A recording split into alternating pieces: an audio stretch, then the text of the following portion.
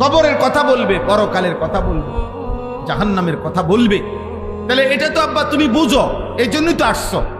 তাহলে এবার একটু আগাইলে কি হয়? আল্লাহর পথে নামাজের জন্য নিজেকে একটু আগাইলে ক্ষতিটা কি? ক্ষতিটা কি? বছরের পর বছর শুনলাম, এক এক সময় এক এক বক্তাকে পছন্দ করলাম, এক এক সময় এক এক বক্তার ওয়াজ শুনলাম, কারো সুর, কারো টান, কারো চিৎকার। কিন্তু আমার পরকালের কি হবে? আখিরাতের কি হবে আমাদের?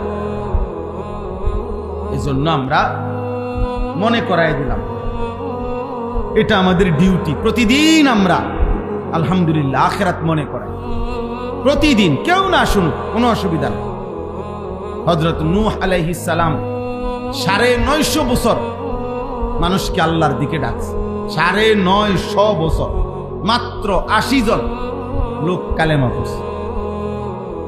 ৯৫০ বছরে উনার হাতে কালেমা পড়ছে কয়জন? শুধু ৮০ জন, শুধু ৮০।